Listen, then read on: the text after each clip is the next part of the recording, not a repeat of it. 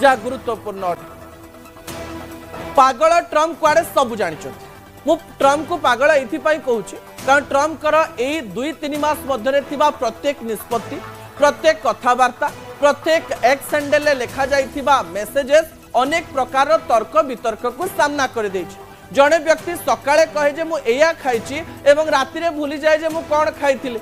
जड़े व्यक्ति कहे जे मु एया करिथिली 3-4 घंटा पर से पुणी भूली जाए से करिछि कोन से भूली जानती बा भूलिबार बहाना करंती। आपण जदि गालुआमी मारिबे ताले आपणक कथा के विश्वास करिवे नाही। इस्राएल रो घटना रे ट्रम्प समान प्रकार घटना घटैछंती। हठात ट्रम्प पूर्वरु कहले जे इस्राएल एवं ईरान शांति रखिबा दरकार एवं ए प्रकार कथा मध्यरे ट्रम्प कर गोटे ट्वीट बा एक्स हैंडल लेखा हितिबा कथा अनेक गुड़िए कथा को सामना करदेला। गोटे प्रेस कॉन्फ्रेंस रे ठिया हे सीधा सड़क भाव में ट्रम्प कहले मु सब जानी मु नेतान्याहू सहित कथा होइतिली मु एई समय जानी जे केउ दिन इस्राएल आक्रमण करिवो। इस्राएल आक्रमण पछरे ट्रम्प कर हाथ नथिले इस्राएल एते बड़ साहस करि पारि नथांता बोली आलोचना हेतुआ बेले ट्रम्प कर एई वक्तव्य आउरी कॉन्फिडेंस बढ़ाई दउची आउरी आत्मविश्वास बढ़ाई दउची जे ट्रम्प सब कथा जानिथिले।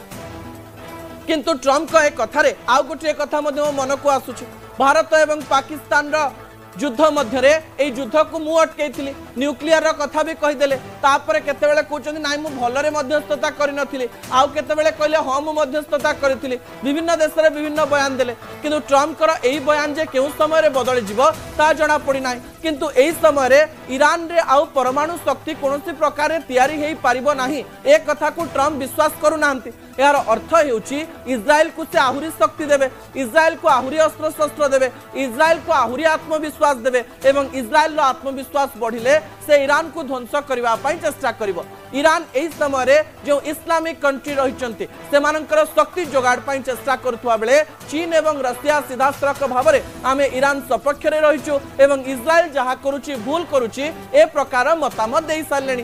प्रधानमंत्री नरेंद्र मोदी शांति सपक्ष रे कहउतिले भी भविष्यत रे तांकु गोटिए पट नबा पई पड़ी पारे इस्राएल पटे रहिबे ना ईरान पटे रहिबे ता तो भविष्यत कहबो। आपण माने भाबुथिबे केबे हेले भी इस्राएल पटरे रहिबे एवं ईरान पटे रहिबे नाही किंतु ए कथा भी बदली जाई पारे कारण जहा आपण जानि नाहंती ता एई वर्ष घटी पारे बोली कहा जाउची। ता परवर्ती प्रसंग उपरे आपणकर दृष्टि आकर्षण